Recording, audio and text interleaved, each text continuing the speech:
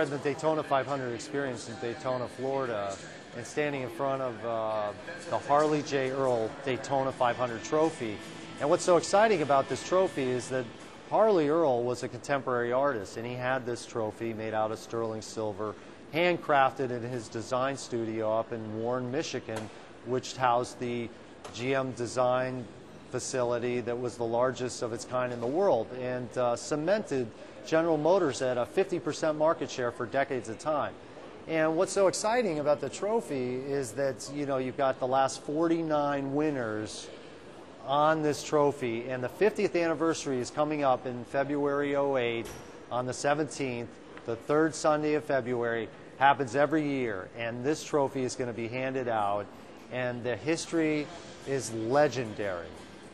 Thunderbird 1 concept vehicle was a dream car that Harley Earl made for the Motoramas in the 1950s, and it was such a sensation that Bill France wrote a letter to Harley and said, why don't you, and they were friends, but he's like, why don't you bring down some of your concept cars or the GM concept cars to stir up interest in the race. So this actual car went down the beach at Speed Weeks in 1956 and got a hell of a lot of attention, and also was going over 200 miles an hour, so you can imagine the excitement it created with the fans and people in Daytona.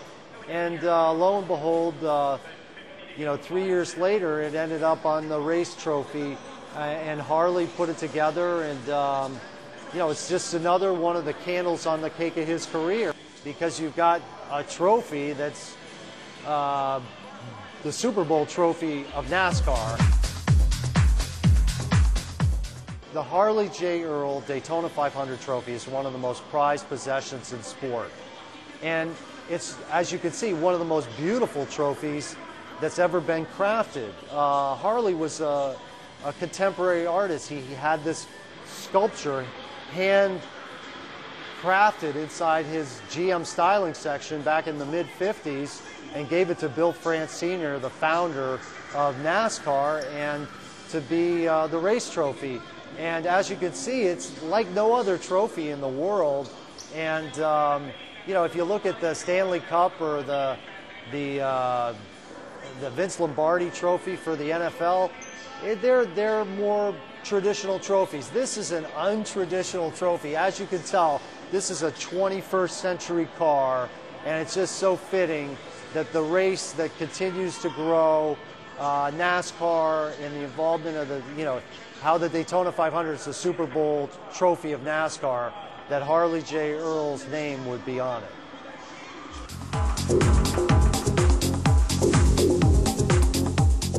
The top 10 milestones of Harley Earl. He was the first to introduce a color revolution in the automotive world, which was why he was called the Da Vinci of Detroit. Number 9, he was a giant advocate of women's rights in the automotive industry. Number 8, Harley Earl was the father of the modern car. From two-tone paint, telescopic antennas, flashy chrome wheels, the first computer in a car, the first glove box in a car, taking the running board off a car, integrating the trunk. I mean, he was way ahead of his time.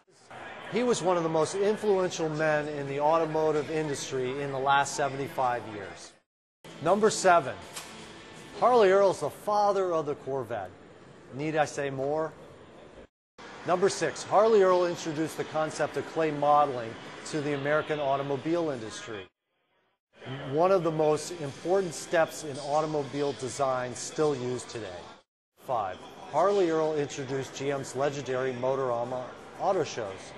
Free to the public, these public exhibits were the precursor of the modern auto show. Harley Earl was the father of mass design and mass production. He was the first million-seller artist.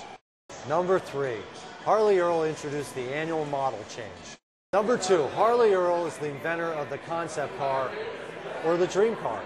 Harley Earl was responsible for every automobile manufacturer having an in-house design department. Before Harley Earl, cars were plain, utilitarian, functional.